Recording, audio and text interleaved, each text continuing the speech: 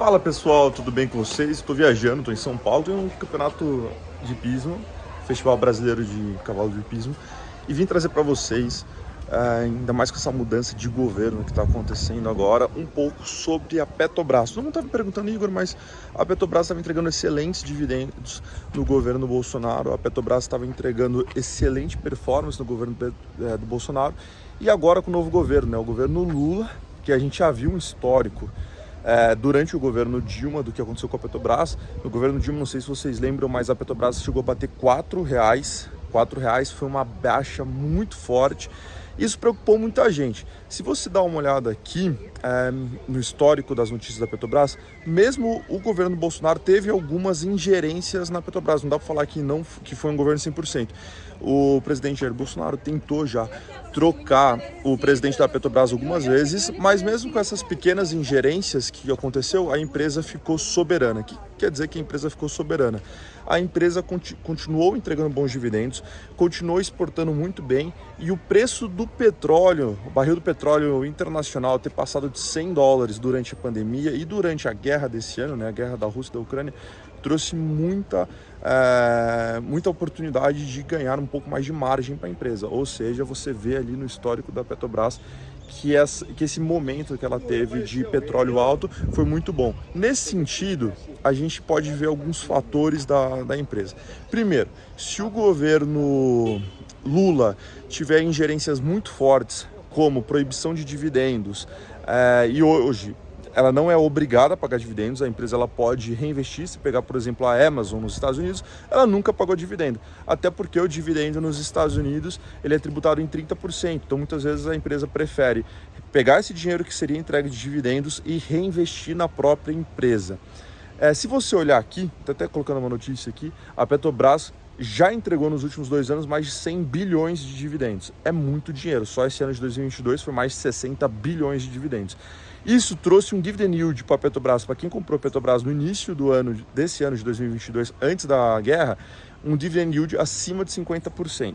Ou seja, em 2 anos, com esse dividendo, você acaba se pagando sua posição das ações da Petro. E isso trouxe uma alta muito forte. Porém, assim que o governo Lula agora ganhou as eleições, o governo do PT, as estatais, Banco do Brasil, Eletrobras e a Petrobras sofreu muito porque interrompe uma agenda que o ministro Paulo Guedes, que é o ministro atual, queria exercer de privatização do resto do Banco do Brasil, privatização de todas as subsidiárias da Petro, privatização da Petrobras, e o governo Lula até comentou, quem ganha dinheiro com a Petrobras é uma meia dúzia de acionistas de Nova York, que não é bem verdade. O maior acionista da Petrobras é a União, é o governo. Se o governo é o maior acionista e ela distribui 100 bilhões e ele tem, por exemplo, 50%, que é o caso da Petrobras, ele fica com metade dos dividendos. Então, arrecada de caixa 50 bi, o que é muita coisa, tá, pessoal? Então, se você prestar atenção, a empresa, o mercado ajuda muito o governo. Não é à toa que o governo se financia através do mercado, que é o programa do Tesouro Nacional. Então, olhando para esses principais aspectos, o que a gente pode esperar da empresa nos próximos meses?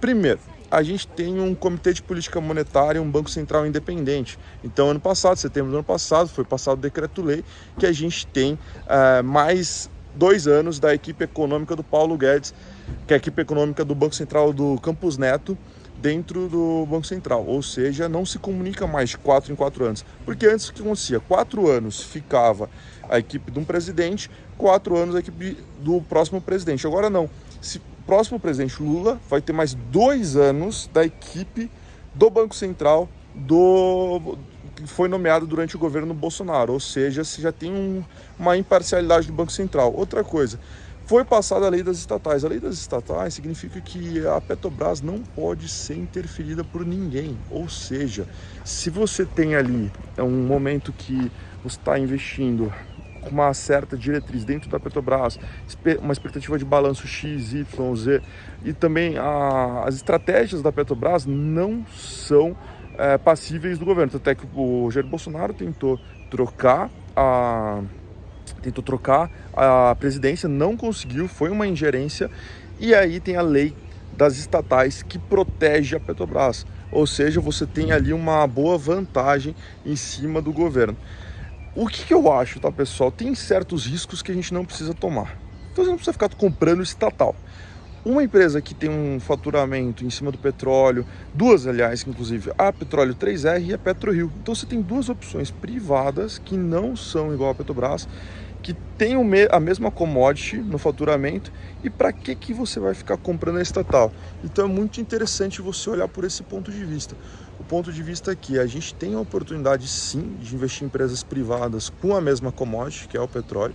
A gente também tem uma oportunidade no mercado de investir em empresas que se beneficiam de alta da taxa de juros, que é o caso do governo atual. O governo atual vai ter uma taxa de juros alta, ou seja, empresas que se beneficiam de taxa de juros alta são bancos, porque a margem de crédito melhora, seguradoras também, porque o caixa investido para pagar o prêmio dos seguros fica investido em juros, e os juros altos ajuda também a margem de crédito dessas seguradoras. E também sempre olha as exportadoras. Por que olhar as exportadoras? Se o governo atual não se comportar muito bem, as exportadoras têm receita em dólar, e elas tendo receita em dólar ajuda a ter uma previsibilidade de receita. Não é à toa que quando o dólar sobe, margens de empresa como Suzano, que é exportadora, Klabin, que é exportadora, Vale, que é exportadora de minério de ferro, sobem junto. Lembrando também que a commodity é muito importante. Então, no caso da Vale e da Suzano, é a celulose, no caso da Suzano e da Klabin é a celulose, e no caso da Vale é o minério de ferro. Pessoal, qualquer dúvida, manda aqui nos comentários. Eu não acho que é o momento para ficar brincando de montar uma posição muito grande em Petro. Tenha um acompanhamento, um analista de investimento, um assessor de investimento para estudar em cima dessas posições, e principalmente não se concentrem em posições de risco nesse novo governo. Tem uma margem de segurança, tem uma renda fixa pós-fixada, tem uma renda fixa pré-fixada com taxas acima da Selic, e busque sempre ter um caixa para oportunidades. Tentar comprar bancos baratos, tentar comprar boas empresas baratas. Qualquer dúvida, manda aqui nos comentários, e tchau, tchau.